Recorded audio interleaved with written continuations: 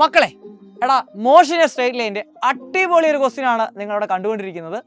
നിങ്ങൾ ആ ക്വസ്റ്റ്യൻ ഒന്ന് സൂക്ഷിച്ച് നോക്കിയേ. ഒരു വലിയൊരു ഗ്രാഫാണ്, ക്വസ്റ്റ്യൻ ടൈം ഗ്രാഫാണ് തന്നിരിക്കുന്നത്.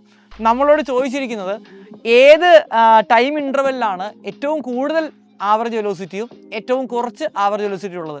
അപ്പോൾ എങ്ങനെയാണ് പൊസിഷൻ ടൈം ഗ്രാഫിൽ നിന്ന് വെലോസിറ്റി കണ്ടുപിടിക്കുന്നത്? നമുക്ക് എല്ലാവർക്കും അറിയാവുന്നതാണ്, സ്ലോപ്പാണല്ലേ. അപ്പോൾ ഈ ഗ്രാഫ് നിങ്ങൾ സൂക്ഷിച്ച് നോക്കുക. ഈ ഗ്രാഫിൻ്റെ അകത്ത് സ്ലോപ്പ് എവിടെയാണ് ഏറ്റവും കൂടുതൽ നമ്മൾ നോക്കിയാൽ ഒരു കാര്യം നമുക്ക് മനസ്സിലാവും. എടാ, ഒന്നാമത്തെ പോയിന്റിലെ സ്ലോപ്പ് ഇത്രയാണ് സ്ലോപ്പ് അല്ലേ, ഈ ഇത്രയും ചരിവാണ്. രണ്ടാമത്തേന് ചരിവ് കുറച്ച് കുറവാണ്. മൂന്നാമത്തേന് നല്ല ചരിവുണ്ടല്ലേ. അപ്പോൾ സ്വാഭാവികമായിട്ടും എവിടെയായിരിക്കും സ്ലോപ്പ് കൂടുതൽ?